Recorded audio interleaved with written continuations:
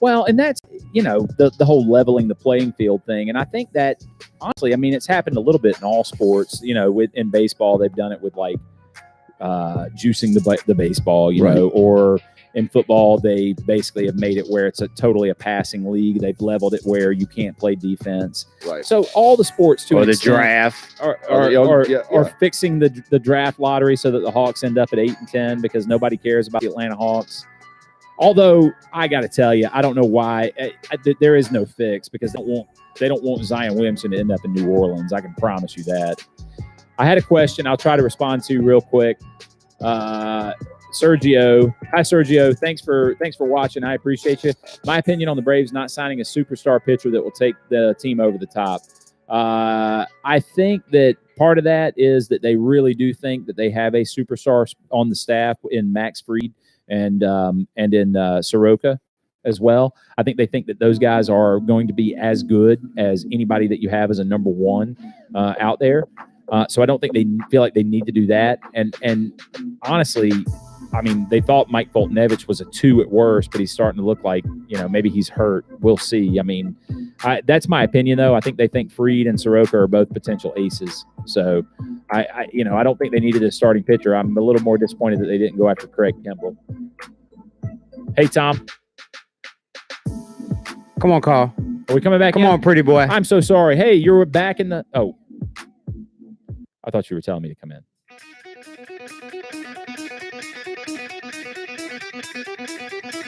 You're back in the huddle. It's AC/DC time. That means, generally speaking, in movies, it's time for the big hero moment when Thunderstruck plays.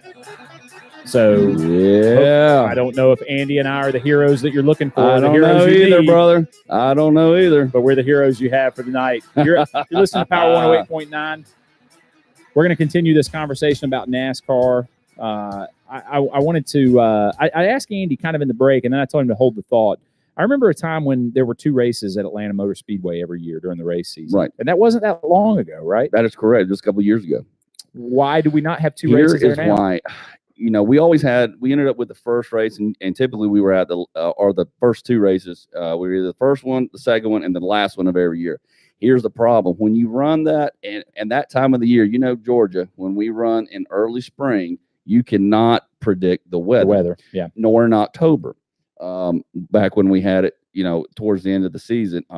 But every time we had the race, I can't tell you how many races, how many years that I went, probably 7, 8 in a row, where it was cold and rainy, where it had just been 75 degrees a few days before, right, sunny and nice, and the weather just came. I remember walking out. This was just 6 years ago, guys. I was in the inside track camping out. Had been drinking, stayed there, got up the next morning, was going to drive back to my house, take a shower, and come back because I lived so close to the track.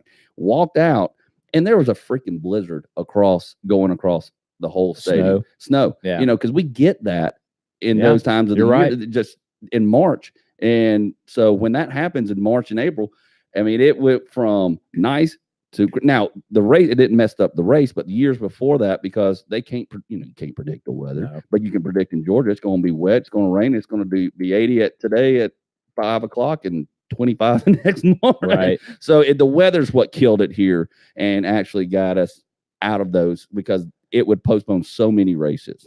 Do they? So when is the Atlanta race now?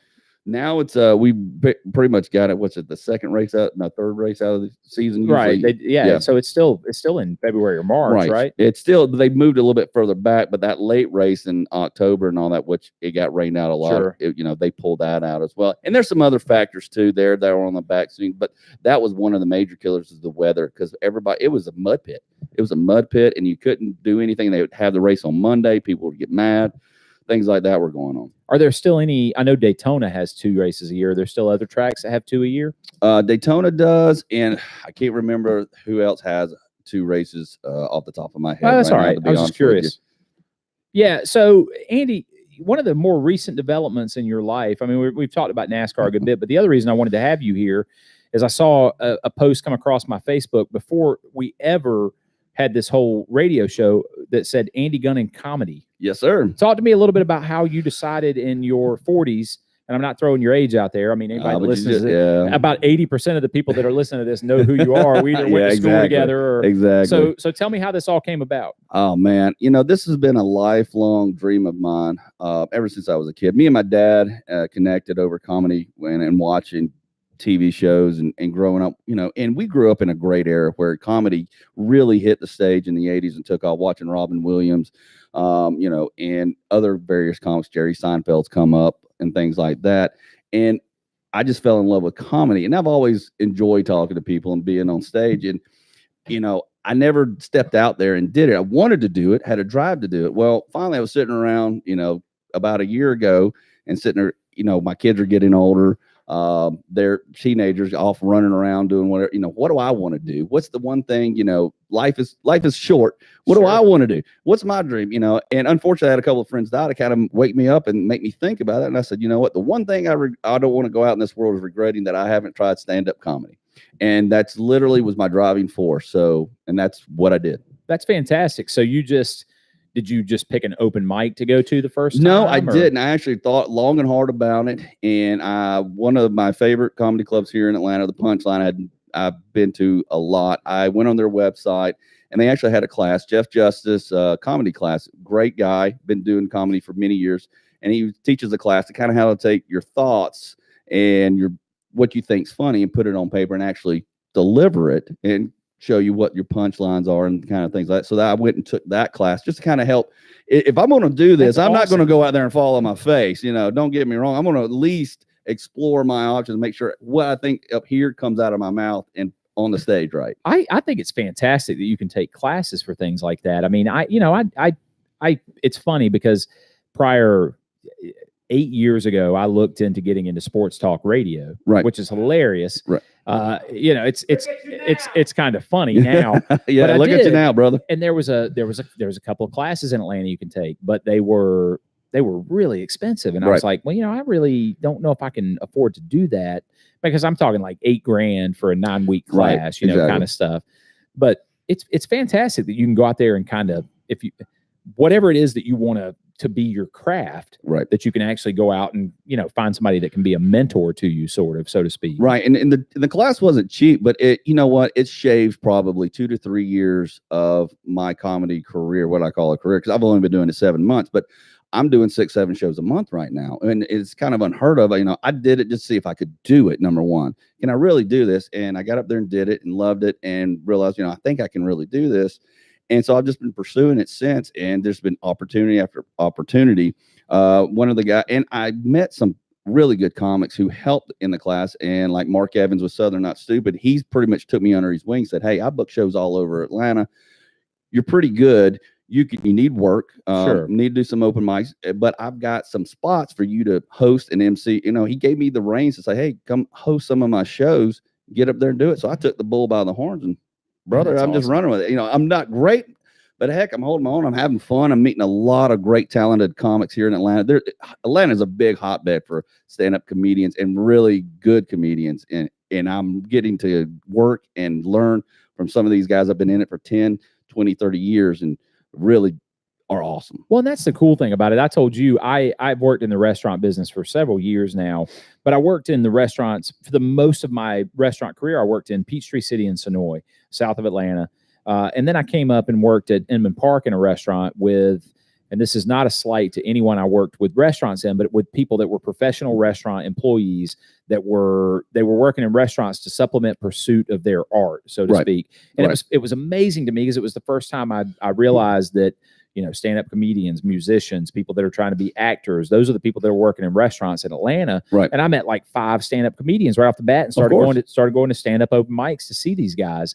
And so, it's kind of funny. You're right. Atlanta is a hotbed for this. There's a ton of open mics for comedians in Atlanta, and there's a pretty good community based on what I know. Oh, it's a huge community. Matter of fact, there's at least 3 to 4, if not 5 open mics almost weekly. Daily, excuse me. There's actually a schedule that I keep, you could go to 4 or 5 tonight. We could actually get off the air and hit a couple. That's just how much is going on with comedy here in Atlanta. And I'm excited to see, it's coming back. And that's, and trying to get people to come out. Because here's the other thing. talking about NASCAR and talking about people not coming out, the things, trying to get people to shows, because people are just want to go, hey, where's your YouTube video? Where's this? Why have you posted? Well, the reason why I haven't posted one, because I'm a new comic. Number one, I want you to come see the show, because live shows are totally different than the video you just saw. Something happened in that room, whether it was somebody said something and it took the comic to another direction, or heck, even they may even bombed, and it's an experience is what it is. And it's fun. And I'm having a great time doing it. Well, tell us some shows you got coming up. Oh man, I got some shows at Laughing Skull, May 21st. It's an open mic, but it's a booked open mic. We get 4 minutes, usually 18 comics. It's $10 at the door, cheap and easy.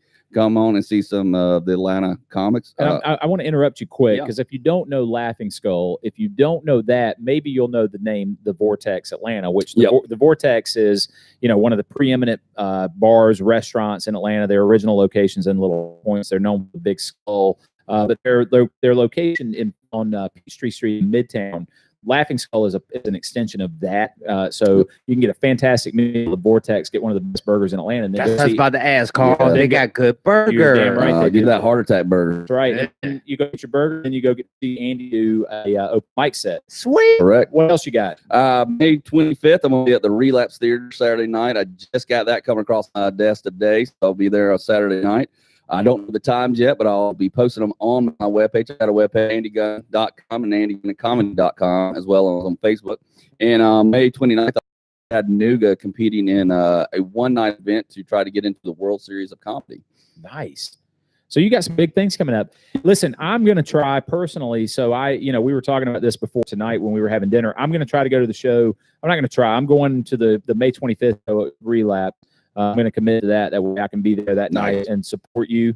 And I think it's awesome that you're getting to do this. It feels a little bit similar to what I'm trying to do with this little radio gig. It kind of fell in my lap a little bit. It's not little. Right. Yeah, it's not little. I think it's awesome that you're doing. We're both kind of doing the same thing at the same time. You're following your thing, your dream. I'm kind of following mine. Right. And the hardest thing for me, and I told you this when we were eating earlier, I'm promotion. Right. And Michael witnessed this. When we were at the Falcons thing, we ran into a girl that I knew. That was funny. Tell the story, and please.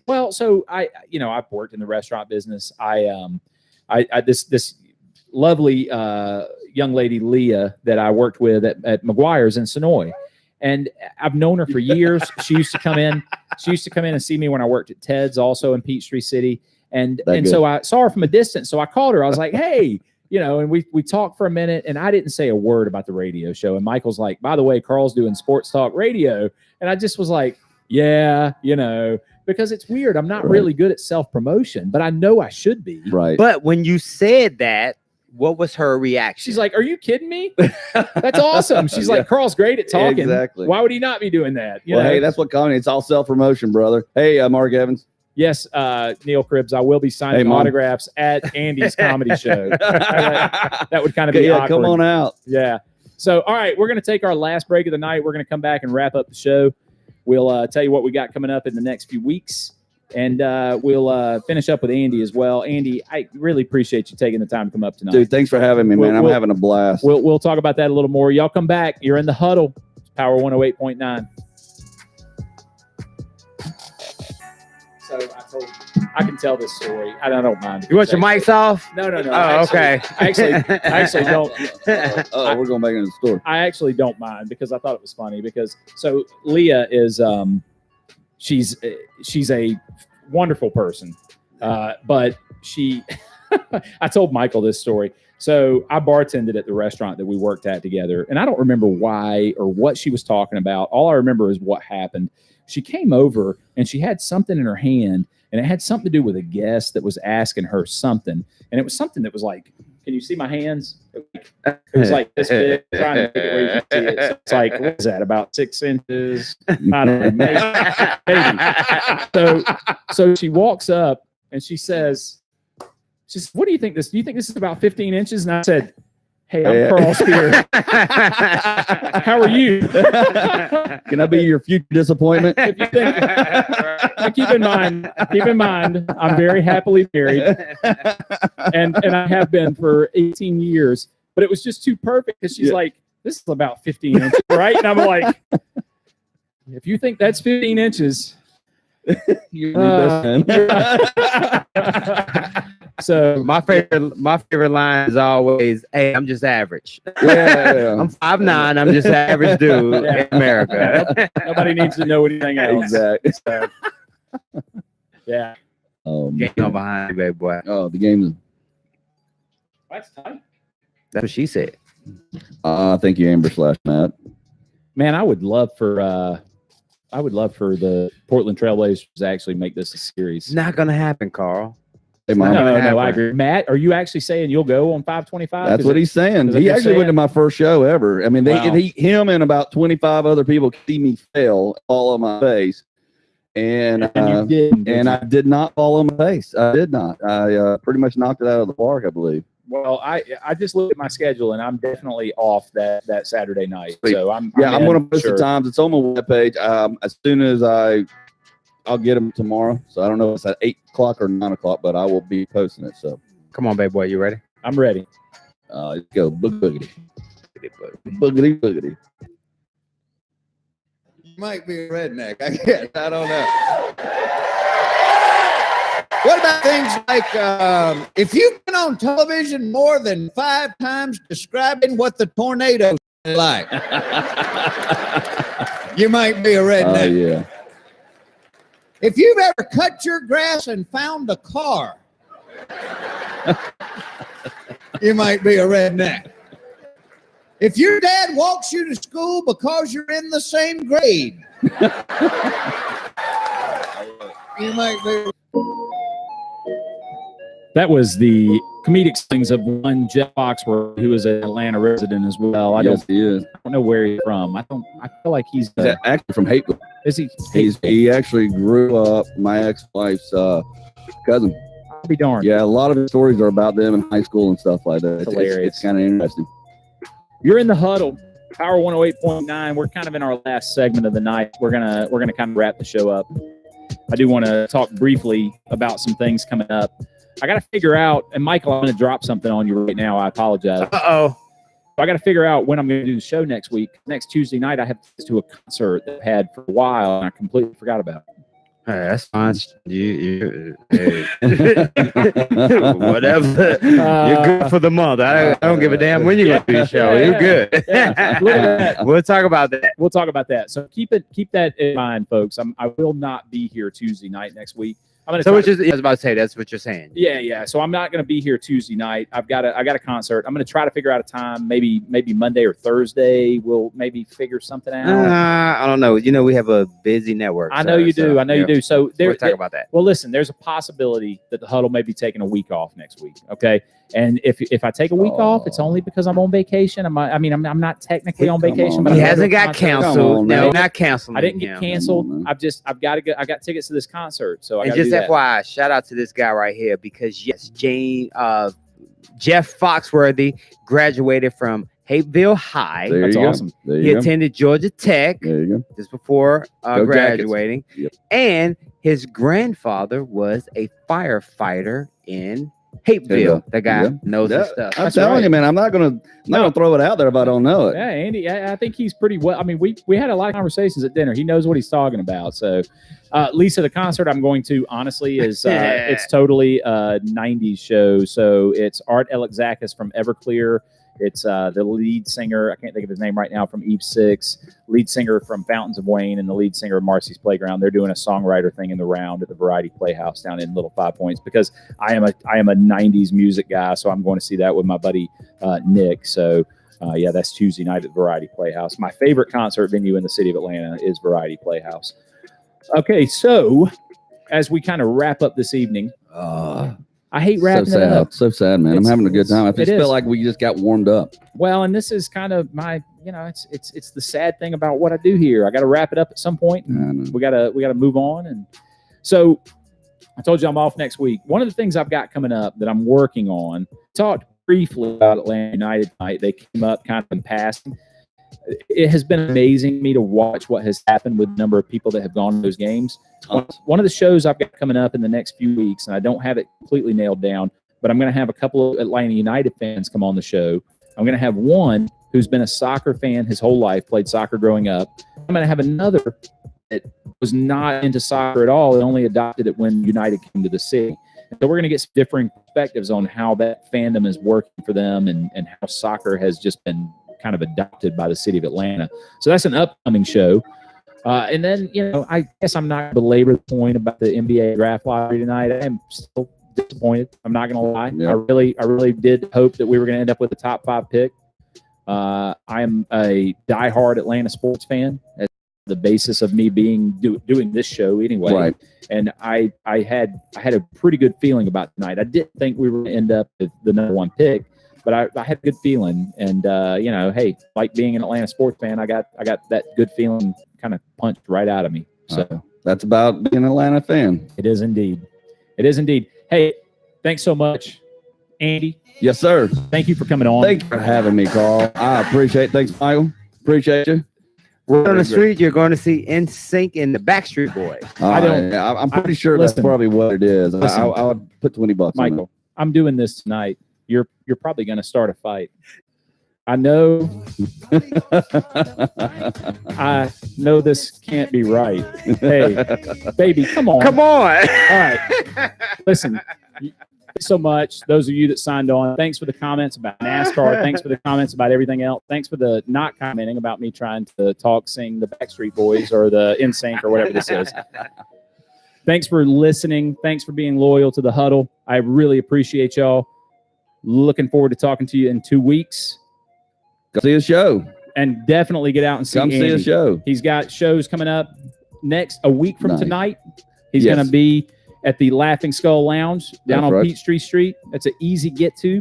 He's going to be at Relapse Theater on May 25th. And then what was the date on the Chattanooga show? I'm so sorry. May 29th, but we have shows coming up this summer in Noonan and Peachtree City we're working on. So people on the south side that are chiming in, I know who you are that live on the south, say you want to see me, but don't want to drive to Atlanta. Well, guess what? We've got 3 shows booked down in Noonan and Peachtree City coming this summer. They're on my webpage, andygunnan.com. Go check it out. Andy, I appreciate you being here. Thank you, sir. Michael, I always appreciate you being here. Thanks for tuning into the Huddle. Y'all enjoy your week. As long as you love me.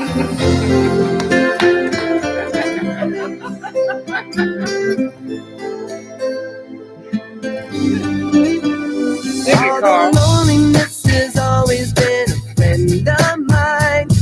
All right, bye, everybody. Y'all enjoy your week. That move, Carl. That move. I don't have any moves. No, that move you just did. Yes, it's classic. Classic. Freaking classic.